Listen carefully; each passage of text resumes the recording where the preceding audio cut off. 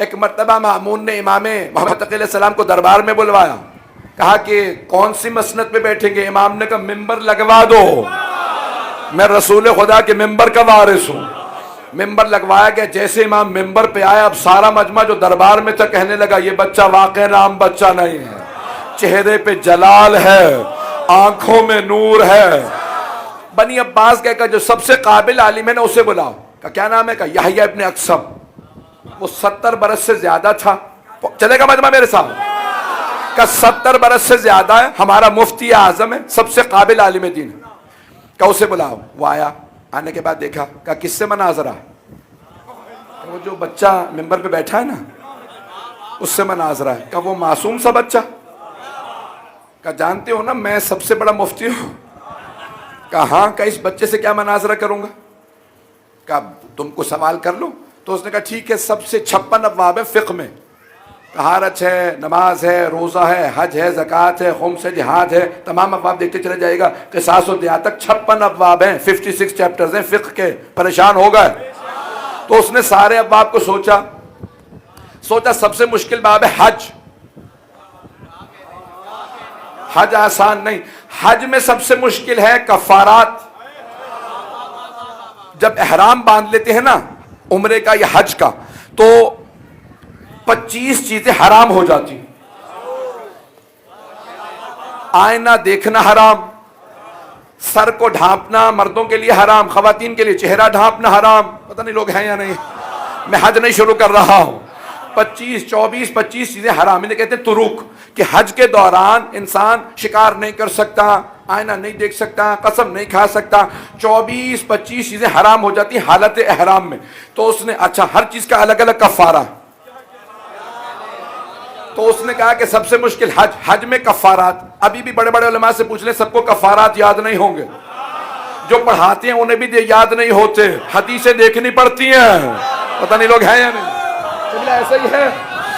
میں مولانا بھی تصدیق کر رہے ہیں، بھائی سب سے مشکل کام سارے کفارات الگ، 24 چیزیں یاد بھی کر لینا تو کفارات سب کے الگ الگ۔ کہیں پہ اونٹ ہے، کہیں پہ گائے، کہیں پہ بکری، کہیں پہ صرف استغفار، سب جگہ کفارات الگ الگ۔ تو اس نے کہا کفارات سب سے مشکل۔ بچے سے میں کفارہ پوچھ لیتا ہوں کہ برخوردار یہ بتائیے، محرم کہتے ہیں جس نے احرام باندھ رکھا ہو، کہ محرم نے اگر شکار کیا تو بتائیں کفارہ کیا ہے؟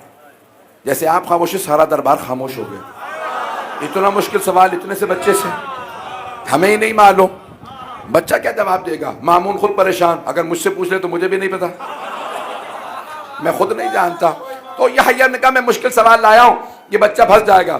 تو پوچھا کہ بھائی برخوردار بتائیے کفارہ کیا ہے اگر حالت احرام میں کوئی شکار کر لے؟ امام نے کہا تیرا سوال ناقص ہے۔ نہیں ہے مجمع؟ امام نے کہا تیرا سوال ناقص ہے، تو سوال مکمل کر میں جواب دیتا ہوں۔ یحییٰ ابن اقسم نے کہا کہ سوال ناقص کیسے ہے؟ بھائی حالت احرام میں شکار حرام ہے، اگر کوئی شکار کر لے تو کفارہ کیا؟ امام نے کہا سوال ناقص ہے۔ کہا کیسے؟ امام نے کہا تو نے یہ نہیں بتایا کہ احرام عمرے کا تھا یا حج کا؟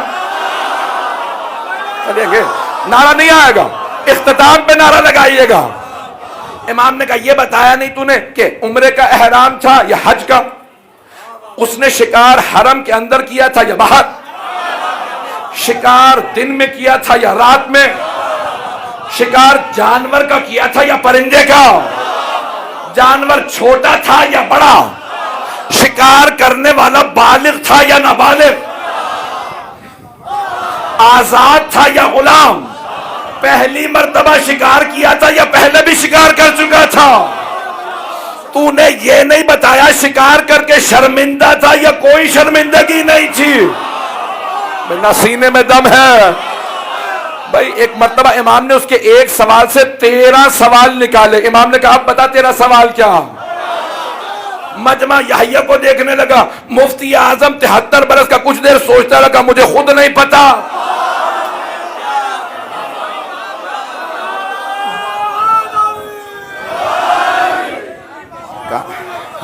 کہ مجھے خود نہیں پتا سوال کیا ہے، آپ نے میرے سوال کا وہ حال کیا، کچھ سمجھ نہیں آ رہا۔ ایک مرتبہ مامون نے کہا کہ فرزند رسول کیا ان سب میں کفارات الگ الگ ہیں؟ توجہ، کیا سب میں کفارات الگ الگ ہے؟ امام نے کہا ہاں ہر جگہ کفارہ الگ. کہ بعد میں مجھے بھی سکھا دیجیے گا. پتہ نہیں کیسے کیسے لوگ خلافتوں میں آ گئے تھے. تو جانے کہ ہمیں کہا کہ نہیں میں بھی نہیں جانتا. یہ آج تمام کی تمام مسلمانوں میں جو کفارات ہیں وہ نویں امام علیہ السلام نے سکھائے ہیں. اب امام نے فوراً کہا میرے سوال کی باری. بھائی اگر مناظرہ تھا تو نے سوال کر لیا, میرا سوال. تو اب بہرحال امام نے بھی سوال کیا. تو امام نے کہا بھئی مناظرہ تھا نا, تو پہلا سوال تم نے کیا, ایک سوال میرا بھی. کچھ دیر سوچتا رہا, کہا اگر جواب آیا تو دوں گا, نہیں تو پھر آپ ہی سے سیکھوں گا. تو ایک مرتبہ امام نے کہا نہیں میں بہت سادہ سا بچہ ہوں, بچپنے کا سوال کروں گا. اس نے کہا میں نے دیکھ لیا آپ کتنے بچے ہیں. تو امام نے کہا نہیں بہت سادہ سا سوال کروں گا. یہ بتا ایک آدمی نے تہجد کے وقت ایک خاتون پہ نظر ڈالی تو حرام تھی, فجر پہ حلال, طلوع آفتاب پہ حلال. توجہ, طلوع آفتاب پہ حرام, دن نکلنے پہ پھر حرام, ظہر پہ پھر دوبارہ حرام, عصر پہ پھر حلال, مغرب پہ پھر حرام, عشاء پہ پھر حلال, رات ہوئی پھر حرام ہو گئی, اور آدھی رات پہ پھر حلال. کہنا میں کسی ایسی خاتون کو جانتا ہوں نہ مرد کو. امام نے کہا اگر تم میں سے کوئی بھی مسئلہ جانتا ہے تو جواب دے. سارے مجمع نے کہا ہم میں سے کوئی نہیں جانتا. امام نے کہا جب تہجد پہ دیکھا تو دوسرے کی کنیز تھی, حرام تھی. فجر پہ کنیز کو خریدا, حلال ہو گئی. طلوع آفتاب پہ آزاد کیا, دوبارہ حرام. اس سے عقد کر لیا, حلال. اس نے طلاق دی, طلاق رجعی تھی, حرام ہو گئی. رجعی طلاق تھی, رجوع کیا, حلال ہو گئی. نہیں ہے مجمع. مغرب پہ ایک مرتبہ اس نے زہار کیا جو حرام ہے, دوبارہ حرام ہو گئی. دوبارہ اس نے کفارہ دیا, حلال ہو گئے. امام بیان کرتے رہے, سارا مجمع کہتے رہا اللہ اکبر. سارے مجمع نے کہا ہم گواہی دیتے ہیں روئے زمین پہ اگر کوئی حجت خدا ہے تو یہی بچہ. توجہ ہے جانے کے نام. اب ایک مرتبہ مامون نے کہا کہ اب سارے بنی عباس سے پوچھو اب پتہ ہے یہ بچہ عام ہے یا خاص؟ سب نے کہا یہ بچہ خاص ہے.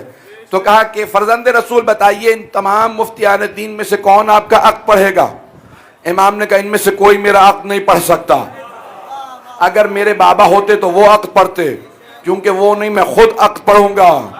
نہیں ہے مجمع میرے ساتھ. امام محمد تقی علیہ السلام نے فرمایا میرا عقد ان میں سے کوئی نہیں پڑھ سکتا, میں خود پڑھوں گا. یہ جو آج ہم خطبہ نکاح پڑھتے ہیں یہ نویں امام کا دیا ہوا. امام نے کہا ان میں سے کوئی نکاح نہیں پڑھ سکتا, میں خود پڑھوں گا. او مسلمانوں اب سمجھو مقام حضرت ابو طالب,